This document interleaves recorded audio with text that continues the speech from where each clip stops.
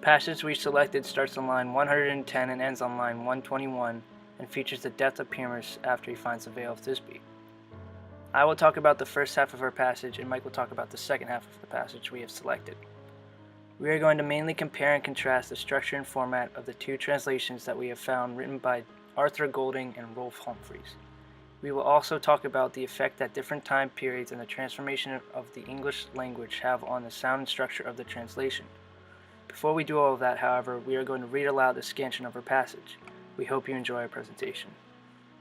Pyramus ut vero vestem quoque sanguine tinctam reperit una duos in quid nox perdet amantes quibus illa fuit longa dignissima vita nostra nogens anniest ego te miseranda perima in loca plena metus qui usi nocte veniris nec prior huc veni nostrum de velita corpus et scelerata ferro consumite viscera morsu. So my part of the passage goes from the point where Pyramus finds the bloody veil of Thisbe up to the point where he begs for the lions to devour him out of guilt. As I said before, over time the translation of Pyramus and Thisbe has changed. It's changed due to the difference in language used by the translator, the transposition of normal word order, the differences in the grammatical structure, and the variation of the rhyme schemes used by the two individual writers. Arthur Golding's translation of Pyramus and Thisbe was written in rhyming couplets of iambic heptameter, and came before the translation of Pyramus and Thisbe by Rolf Humphreys. Humphreys' translation is written in 10-beat unrhymed lines and is spoken as if Humphreys' poetic manner matches that of Ovid's. In Golding's translation, he writes in Middle English, whereas Humphreys uses Standard English. Both Arthur Golding and Rolf Humphreys translated Pyramus and Thisbe. However, the two poets have different format, structure, and language. For example, the first line of Golding's translated passage, "But when that he the bloody mantle saw," is structurally and literally different than Humphreys' first line of his translated passage that reads, "Seeing the bloody veil one night." Another example of the difference in grammatical structure and word order between the two translations would be when Golding translates "My wicked limbs and wretched guts with cruel teeth, therefore devour ye," and Humphreys translates the section as "Come tear my flesh, devour my guilty body." The translation's format and structure changed and used new grammatical and rhetorical structures over time due to the evolution and transformation of the individual poet's language and grammar. Humphreys' translation is fundamentally more modern and less literal than the translation done by Golding. Golding's translation consists of many anastrophes as opposed to Humphreys' translation, which consists of proper grammatical sequence and a less literal format because he's trying to mimic Ovid's style.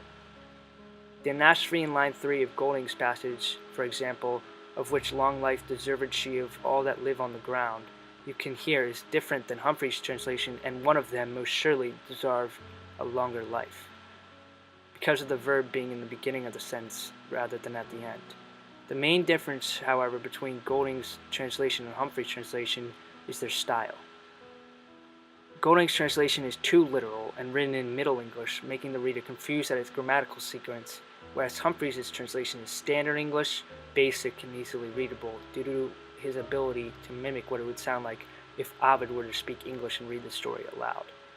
Overall, both translations are well done for their time and comprehensible, but due to the difference of style and change of time, the translations vary in structure, format, and language. O qui cum quisub hac habe tatis rupele ones, septime des opta rene cam vel lamina sesibis, tollit et ad pac ta circumfert abores umbrum, ut quide dit no te lacrimas dedet oscula vaste, accipe nunc in quid nostre cui sanguinis hostas, quoquirat arcinctus de missite ilia ferrum, nec mora ferventi mori ens et vulneri traxit, uri arcret et res pinus humo.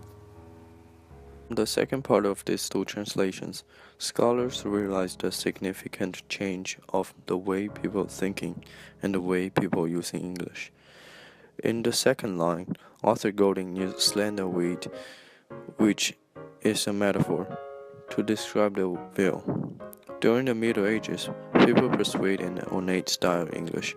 However, Humphreys used the plain word veil, which made the translation more concise and more comprehensible.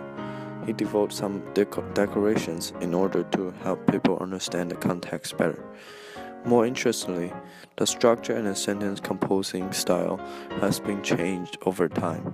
In nowadays English, poets and writers have to follow grammar rules and construct sentence by making the verb following the subject and the object following the verb. Somehow, grammar rules played a less important role in Golding's work. In Latin, Velamina Thisbis tollit, et ad pacta circumfert arbores umbrum. Golding translated as the slender weed that fell from Thisbe up he takes, and stray those bear it to the tree, which was appointed as the place of meeting for to be. He did not rearrange the word orders in order to fit into the normal structure for two reasons. First, the veil came first in order to emphasize its importance in the entire story. The author intended to emphasize the misunderstanding of situation leading this tragic love story. Second, he used anastrophe to stress the importance of the veil. On the other hand, Humphreys translated as following: he lifts the veil and takes it into the shadow of their tree. Unlike Golding, Humphreys rearranged the words according to grammar and structure. He made it more concise and more comprehensible by using pronouns instead of subordinate clauses. Most of the time, nowadays English is more concise than the Middle Age English. However, using gerund, Golding's translation can be more explicit. While he only used one word bewept, Humphreys has to use a clause. He still run down into its fold. Clearly, 400 years ago, people focused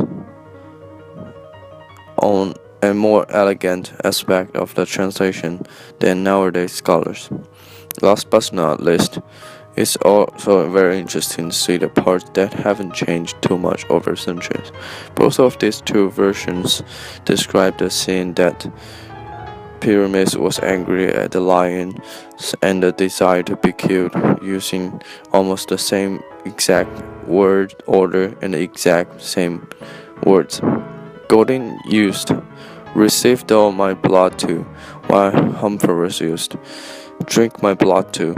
Just as the evolution of beings, language has their own evolution too. Some elements did not fit into the circumstance, so that they are extinct from the picture. Nevertheless, the others were best fitted to the surrounding, therefore existed, even remain unchanged till nowadays.